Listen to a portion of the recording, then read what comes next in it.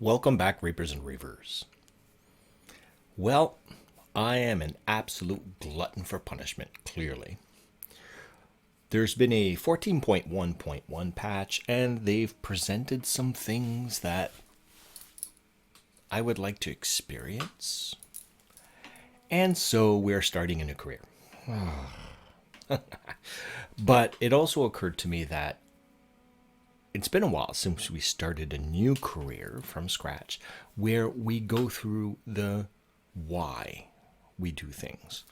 So let's take a look at this. I'm going to go through my settings first of all. I've already gone ahead and done this, so you don't have to wait for anything. So of course, reduce Argo upgrade. I always add this. It makes it easy to upgrade the Argo. It's the ship that keeps you alive, for God's sakes. I put this to hard just for giggles because the fact of the matter is I have it disabled. Enemy scaling is off.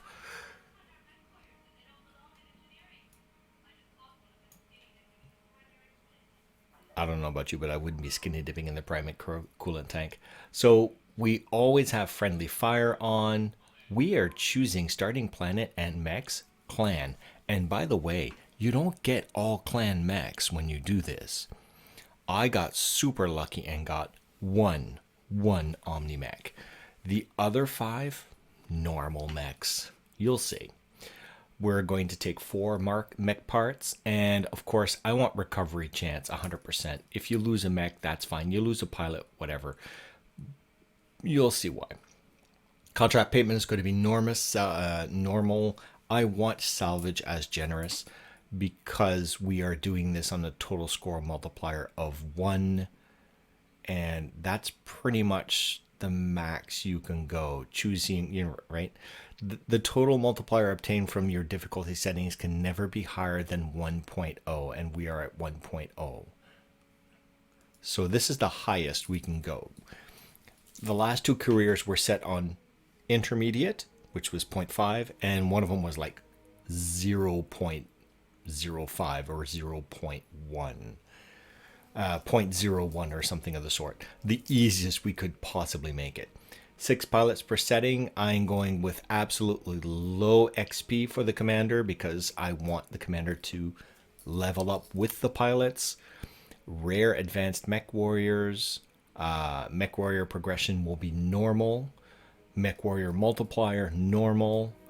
Mech warrior exponent will be slow. Yeah. Lethality always.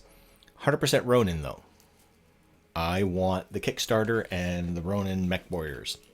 It's that simple. Red Trekkies don't interest me. Mech C-bills will be normal. We are going to start with starting money in the max we can get. 10 and 10% for scrap values and shop selling.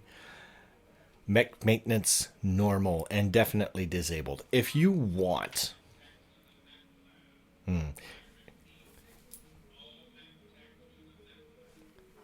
If you want to put on their enemy scaling, go right ahead.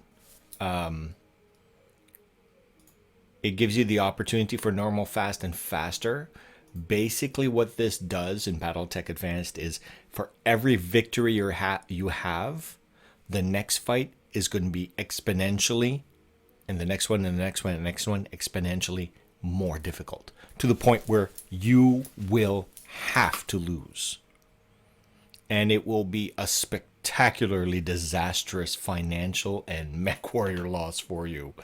It's just that simple.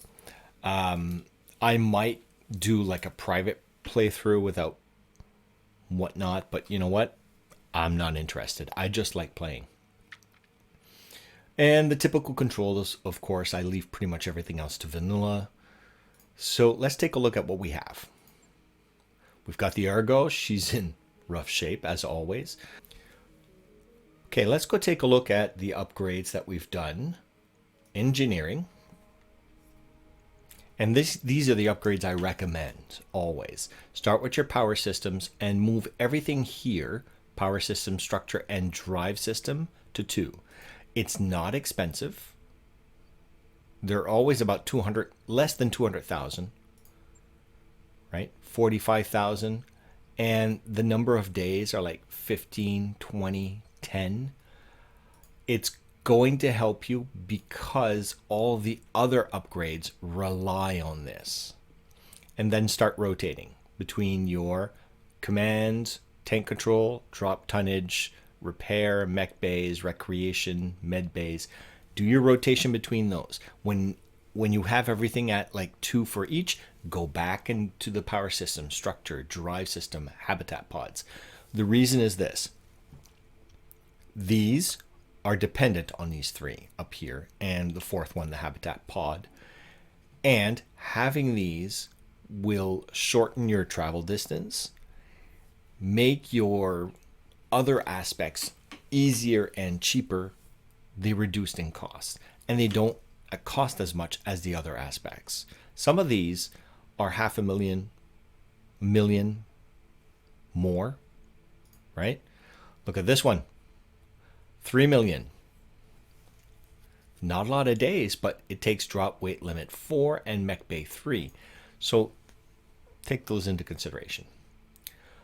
Let's go to navigation. Where do we start? Well, we started on a 1 skull planet in clan space because we chose a clan start. Any other advantages? Absolutely none. None. You can't do clan missions. So you can't fight for the clans. See? You can only do inner sphere missions. The only advantage is you get to clan space immediately. That's where you start. You save yourself a ton of travel costs because get to clan space is what I preach. I always preach. Go to clan space immediately upon starting a new career. Why? Well, the loot you're going to get, the salvage, will be better.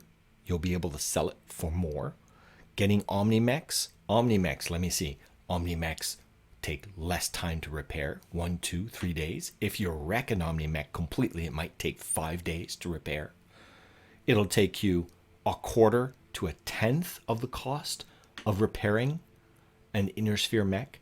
Most of the components, the engine, the gyro, everything else come built in, so you don't have to put them in there. And those are components that take huge amounts of time and money to put into an inner sphere.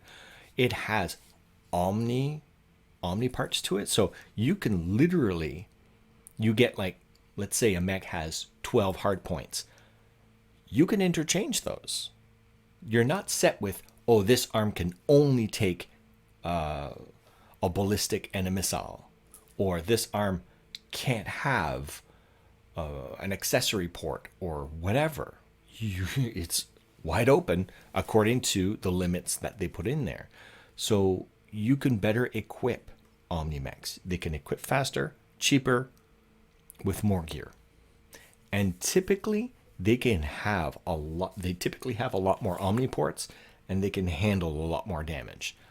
Omnimechs are what you should be aiming for, but people wait to the mid-range to the end game to get them. No, go straight up. There's some fantastic, absolutely amazing light and medium Omnimechs waiting for you. You just got to be ballsy enough to go for it. And the payouts are much higher. You're going to get here and look at where we are. We can fight for any of these factions. 1, 2, 3, 4, 5, 6, 7, 8 factions that are there. If we go to the missions, we can immediately start building our reputation with any of these guys. With Comstar, with Steiner, with the Cryms, with basically anyone who's up there. Why would I stick to Inner Sphere? Now, what would really be interesting is if you went to Clan Space and you were on a Clan Space planet, you could only fight for the clans. That would be cool. But on the border planets between the various territories, you could fight for either or. That would make a lot more sense. But, oh well. It is what it is. Let's take a look at our pilots. I did go out and purchase 2 pilots immediately, but we started off with Archangel, good pilot to have. Commando, who's both tank and mech. Hazem, and we're going to change that character right now. And we're going to call you Spare, because that's exactly what you are, a spare.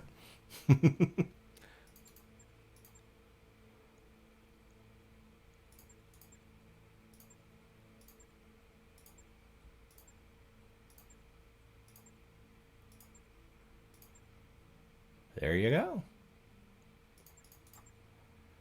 Whoop. And 1, 2, 3. And 1, 2. There you go. Nice generic spare red Trekkie. Who else did we start off with? Good to go, boss. Her something funny rabbit. I can't remember what the name is, but King Wolf is someone we hired. Here's Outcast, our commander. Virginia Woolf. And we hired Raza 5. Ooh, and he has XP. You'll note that I do this a lot with my pilots. I bring all of their skills up to 4. There's a reason for this. When you start getting to 5, you start choosing specializations. Your pilots should have 4 in all of these because it gives them the survivability they're going to need later on. But also, it gives you that time to build up a base of skill sets. Now, these guys, I'm going to retrain them eventually when we get the second pod. Make sure that your pilots have a certain amount of survivability. Pilots with 1, 2, or 3 guts are not going to get very far. Right? Our spare is really, really tough, but not very tactical. I like Shade. He's got good numbers. I think we're going to give the commander a little bit more piloting. Bunny here. See, like, 1 guts, 1. I mean, putting him in a mech is almost a death sentence. If he gets shot in the head once, he's dead. He's gone. You lose a pilot. So we need to make sure that King Wolf does not get shot in the head. Same thing with piloting. Piloting a 2. He's going to tip his mech over regularly. Same thing here. Piloting 1. Tactics 1. Why would you go and get 8 Precision Master and only get piloting 1 and tactics 1? We're putting him in a tank. He's nowhere's near ready getting into a mech. This is a little bit better, but, you know, this is an advanced character. What mechs did we get? Well, these are the starting mechs. We have put a commando in storage because the fact of the matter, it had a medium laser on it, and 50% of its armor had to be abandoned just to put the medium laser on. 1 medium laser. Inner sphere, right? That's like shooting spitballs at some of these enemies. Besides, I'm only going to be able to field about 5 mechs, so why not? We did purchase this. We started off with no tanks. We did purchase a ballista. It's 800,000, but it's definitely worth it. And no battle armor. Oh well, that's okay. We don't have any vehicles to carry them right now anyways. We start off with a 40-ton Chimera. No, the Chimera we got in the heavy metal crate. And always take the heavy metal crate when you start the game. It's going to appear after your first day rolls over on your time map. Take it. There's always a mech in there. And some decent weapons. So the Chimera. The idea with these is you retrofit them to the minimum possible. What I always do with these mechs is the following. Take out all of the jump jets, unless absolutely you have room for them. I left 1 jump jet in here. 1. That's all we need. It's just enough to get you off those rocks. because you're going to wind up in them. I always take sharp negotiator so I get my turrets, right? They're very useful in the starting game. In the end game, you don't need them anymore. Strip down all the other weapons and keep the bare necessities. I've got one ER large laser and one MRM 20. This is my medium range weapon. This is my long range weapon. Everything else is out of the mech. Keep absolutely only what you need for the engine. Make sure you've got lower arms, and if you can put on some hands, fantastic. Doesn't matter. Max the armor. I repeat, max the armor. You listening? Max your armor. I shaved off 1 point of armor off one of my legs because I needed that extra little 0.0125. It's okay. Do this to all your mechs. Right? When you start off, you're going to start off with very little. There's the core for my my commando, but you got nothing. You got nothing. The only airdrop beacon I didn't put in was the Battletech airdrop beacon because we're not really going to use it in the beginning. We've got a Chimera. Yes. So we've got a Chimera with a ER large laser.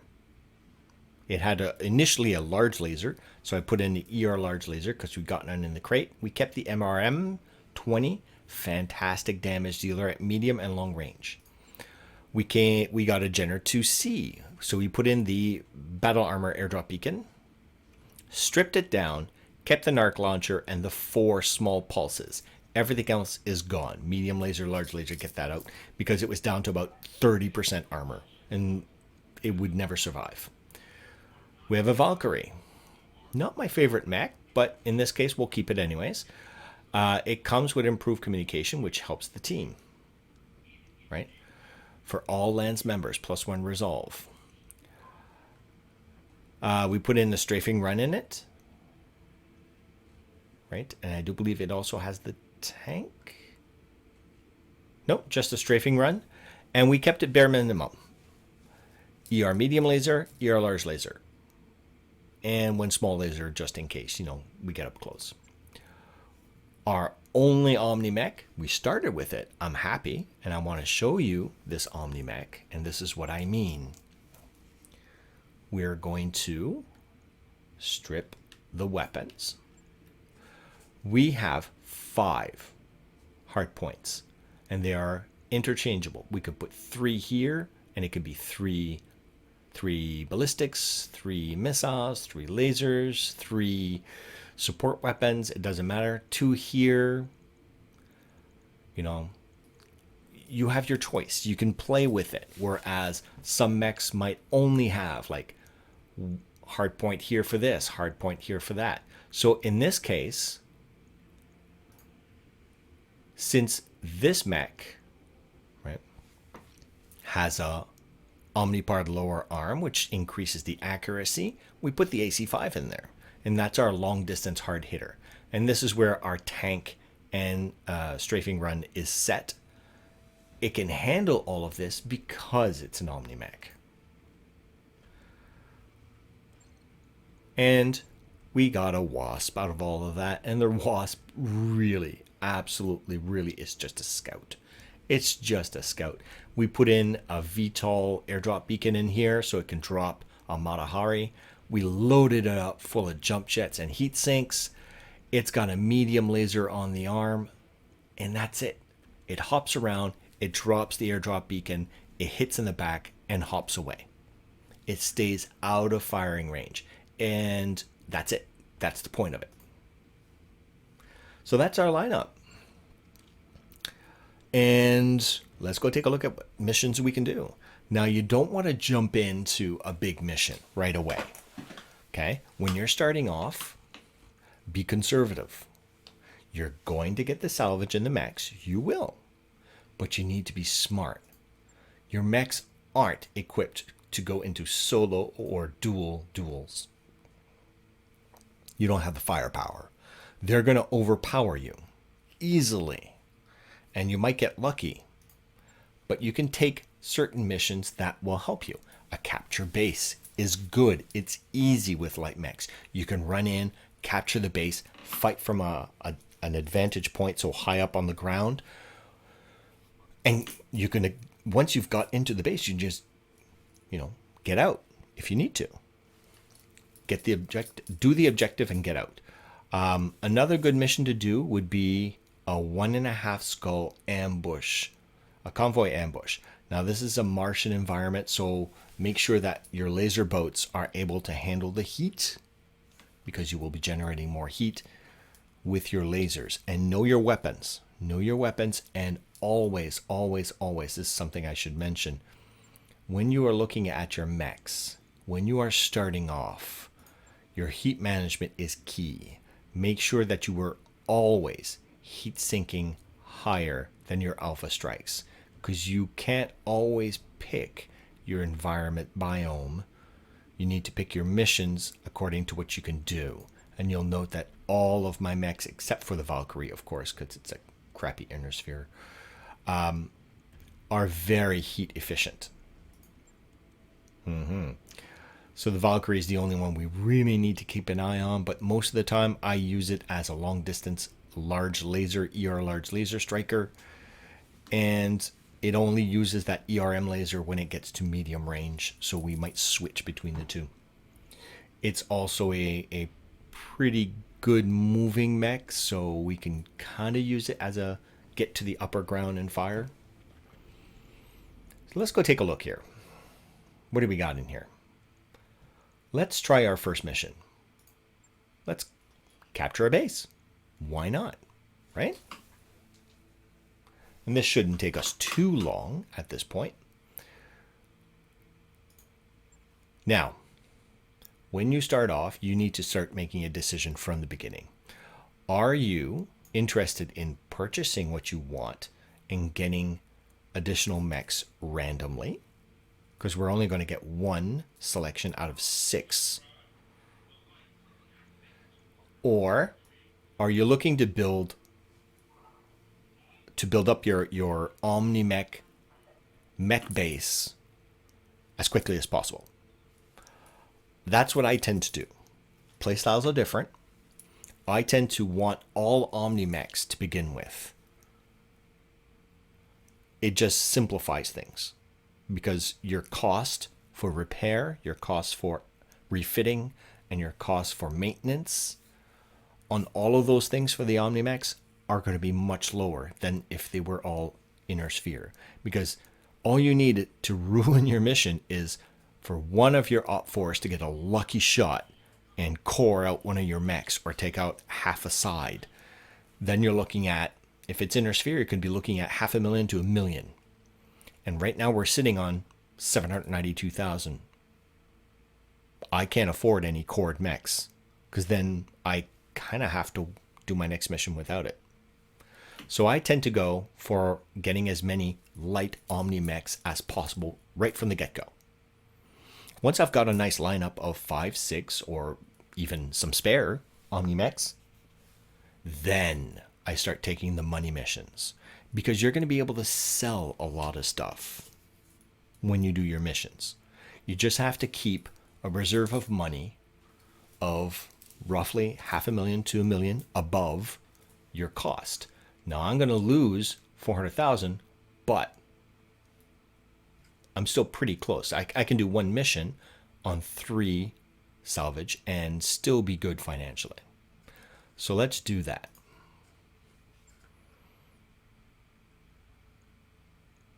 So Chimera, we're going to take the guy that's got the most firepower, 8.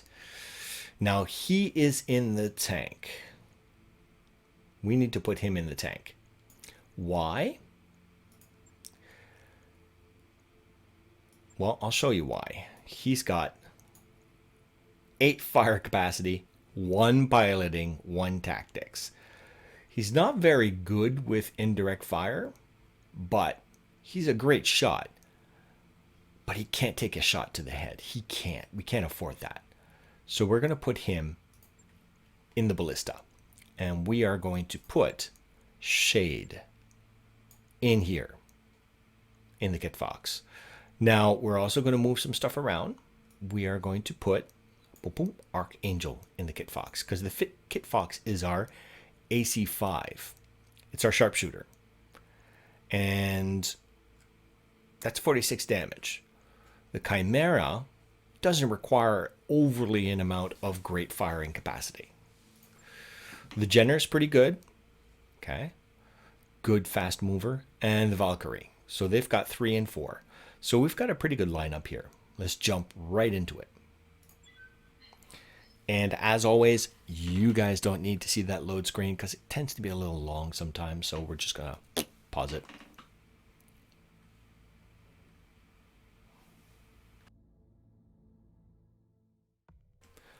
Okay, we are ready to load up, and I am curious to see what this mission is going to be like.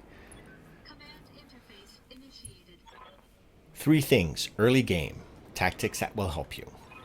Okay? Use the terrain to your advantage. Keep the high ground whenever possible. Oh, there's somebody with us, I think.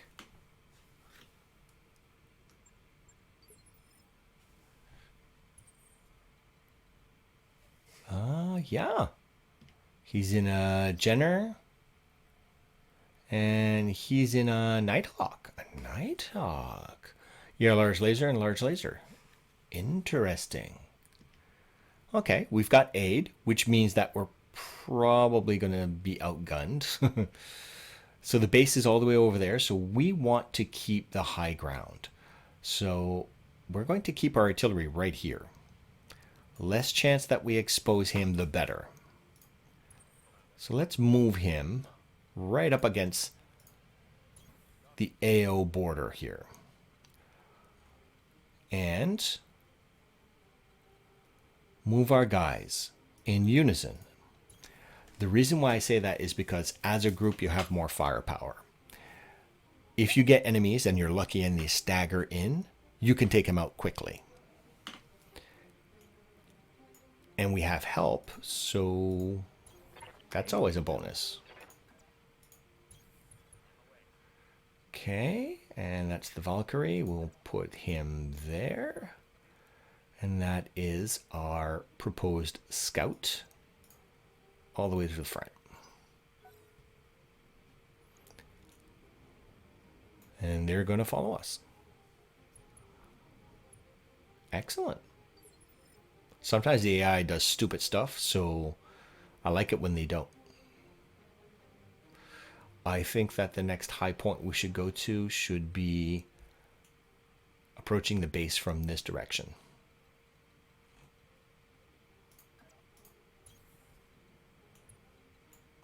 So use the terrain as cover to your advantage. Moving. Now, if we get to the base and if we do like 3 or 4 moves and there's nobody there, then we know that they're out on patrol.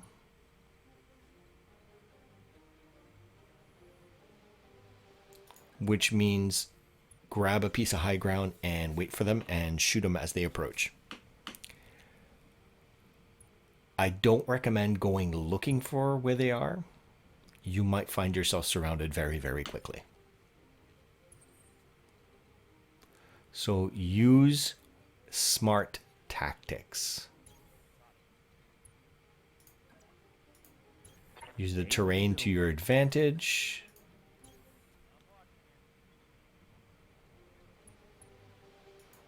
And use your allies to your advantage as well. And make sure you keep an eye out on, well, your heatsink, especially in a Martian environment.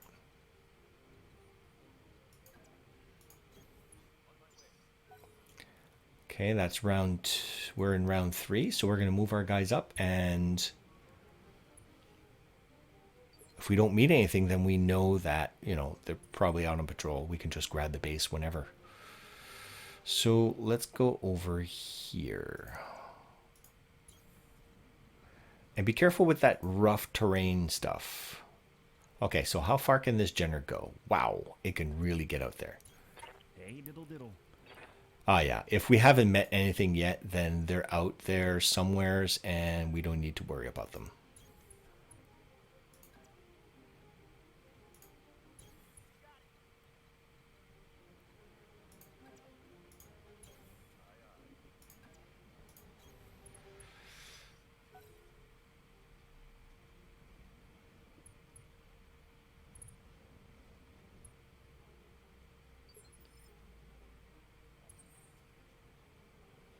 Okay, let's go for the high ground. Right up here. And you are going to get as close as you can to that base without actually getting into it. Is there anyone there? Diddle diddle. Because that Jenner can get away really, really fast if necessary.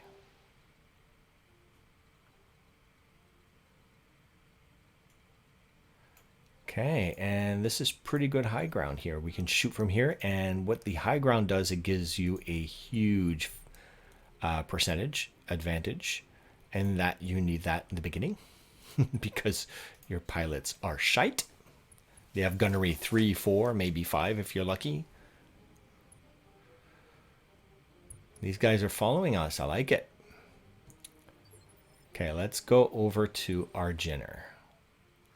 Because he Bunny here. is going to run right into this zone. Hey. Yeah, there's nobody there. There's no garrison. We're waiting for something. Okay, they're on a patrol. So we just have to leave him there for a turn. And we start getting ready on the high ground to start firing. So, where do I want to be? Probably right here. I don't perceive them being able to come at us from outside the AO theater, so let's grab some turf here that we can easily defend. And we'll move this guy down there and him back here.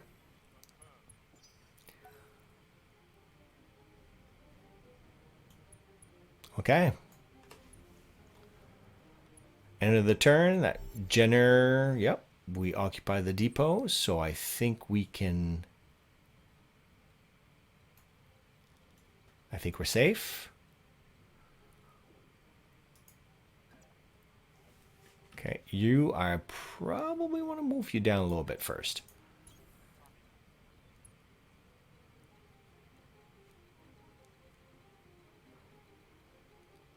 Have we occupied the base? Yes, we have. Okay. We just need to pacify the area, which means getting back to our team. Hey diddle diddle. Okay, this is my AC5. So I want him on high ground with a good view. Your large laser, we're going to move you down with this guy. And this is going to be one of our spotters, because he's got the VTOL. And our tank is our artillery. They should be showing up any round now.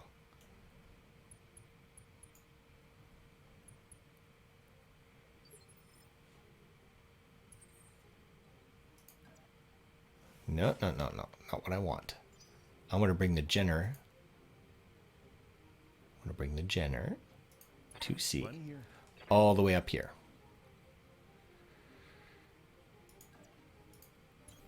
Hey diddle diddle.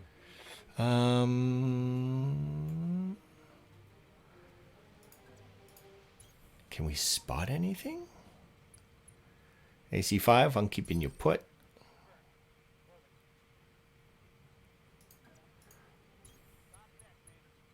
And the Wasp can move a little bit up. I want the tank back here, as far back as possible. The great thing about tanks, especially the ballista, it's got a turret, it can shoot 360. Doesn't necessarily need to be pointing in the right direction.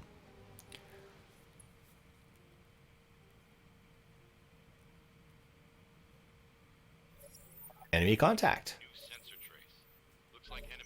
Okay, here's one of the things I have a problem with. Community content developers, pay attention to this. We have sensors, we have line of sight, and somehow they appeared both behind us and directly in front of us. I'm not sure how that happened. Right? Unless they were cloaked. You need to make those spawns logical. Because the RNGesus here doesn't make any sense. So there must be a way to spawn them away from the players. Or spawn them right from the get-go and have them move. Don't make them appear like that. That's not... It's counter-immersive is what I'm trying to say. Okay, so we've got the Wasp. And I think that we are definitely going to want to... Do we want to jump over and shoot him in the back with a medium laser for 3 evasion, or run for as much evasion as possible?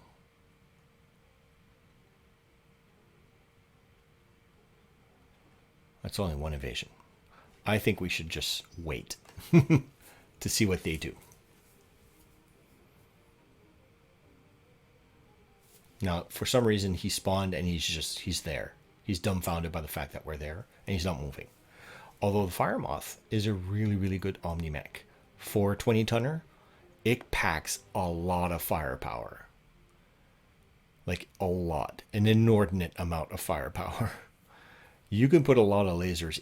Basically it's a mini super rapid laser boat that, if you can get it into the back of an enemy, can wreck their day like you wouldn't believe. It's a mech that you probably want to get as a starter mech. So I'm going to try to get it as a starter mech. But I'm probably not going to get it. I think we're going to wreck this guy first. It's a Royal Stinger. I'm not overly interested in it. Now, I'm not sure why we have help on this one. We're going to reserve and let them go first. And hopefully they won't shoot us with some friendly fire. Because we do have friendly fire and lethality on. Can't use the ballista because we are too close to our enemies. And we'll get some splash damage. So they're just running down. Running down.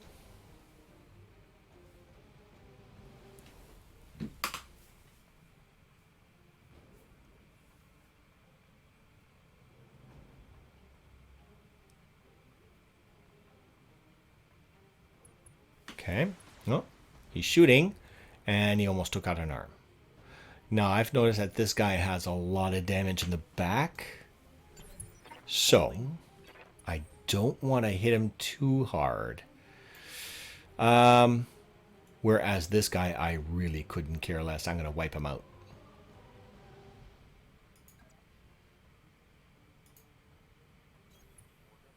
Not an Omnimech, not interested. Is just going to be salvage, basically. Open fire.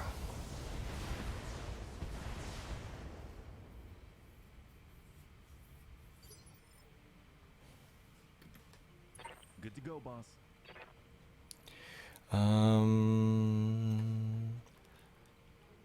That's my Jenner, and I think my Jenner can shoot this guy in the back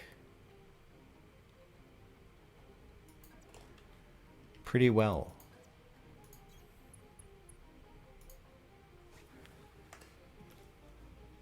Let's do it. Gun, gun, gun. And he's down. Take that, nerd. 1 salvage. It's a start. Okay. I'm a bit disappointed, but that's okay. It's an easy first mission, and an easy first mission is not a bad thing. Smack, smack.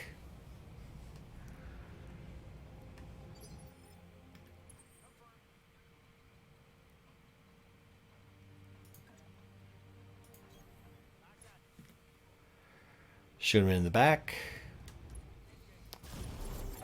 And he's down, and that's it. That's, wow. That was quick. Okay, well, hey, we met all the parameters. We got our mission done. There you go. Let's get out of here. Mission successful. Let's go see the... It's a nice 15-minute mission, I think. Took us more time to actually find the base than to actually take them out. Let's go take a look at what our salvage table is, and we'll call it a night for that one.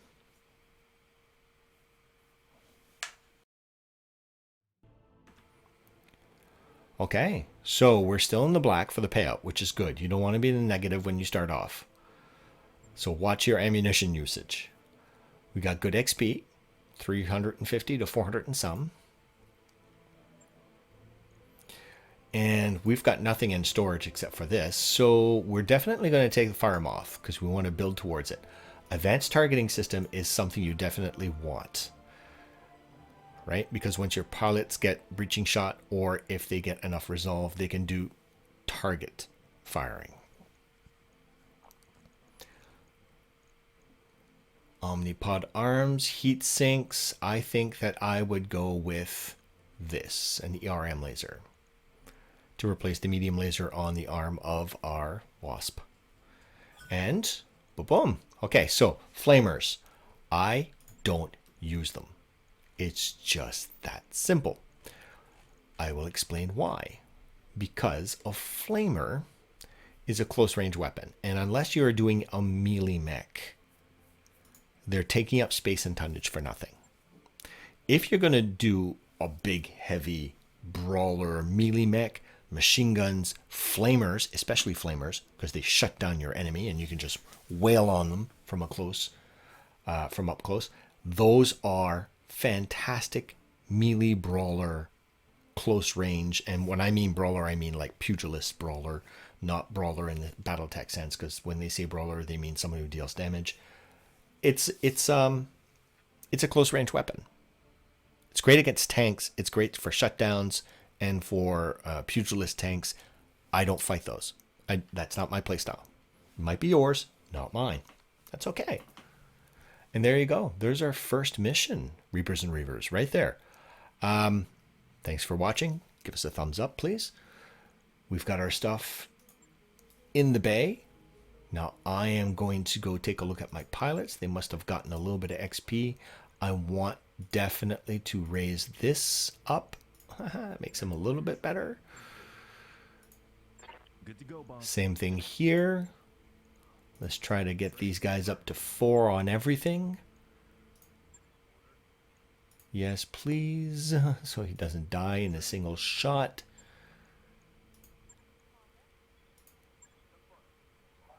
Now, you'll probably note that I didn't put the commander into any of the mechs. Why?